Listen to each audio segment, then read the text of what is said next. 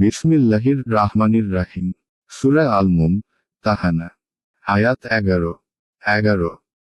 তোমাদের স্ত্রীদের মধ্যে যদি কেহ হাতছাড়া হয়ে কাফিরদের নিকট চলে যায়, এবং তোমাদের যদি সুযোগ আসে তখন যাদের স্ত্রীরা হাতছাড়া হয়ে গেছে তাদের জন্য তারা, কাফিরেরা, যা ব্যয় করেছে তার সম পরিমাণ অর্থ প্রদান করবে। ভয় করো আল্লাহকে যাকে তোমরা বিশ্বাস করো। আয়াতের তাফসীর। তোমাদের স্ত্রীদের মধ্যে যদি কেউ হাতছাড়া হয়ে অবিশ্বাসীদের নিকট চলে যায়, এবং তোমাদের যদি প্রতিশোধ নেওয়ার কোনো সুযোগ আসে, তাহলে যাদের স্ত্রীরা হাতছাড়া হয়ে গেছে তাদেরকে, তারা যা ব্যয় করেছে তার সমপরিমাণ অর্থ প্রদান করো, আর তোমরা সেই আল্লাহকে ভয় করো, যার প্রতি তোমরা বিশ্বাসী। তোমরা শাস্তি দাও অথবা প্রতিশোধ নাও।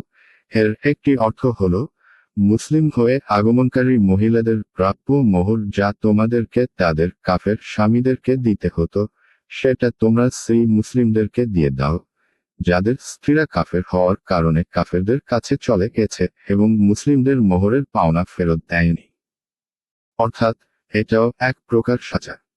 দ্বিতীয় অর্থ হলো, তোমরা কাফেরদের সাথে জিহাদ করো।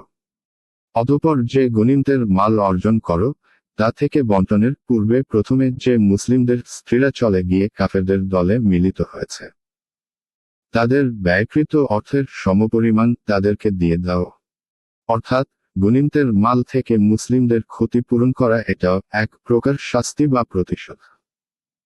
আয়সারুত তাফাসির ও ইবনে কাসির, যদি গনিমতের মাল থেকে ক্ষতিপূরণ সম্ভব না হয়, তাহলে বাইতুল মাল থেকে সাহায্য করা হবে।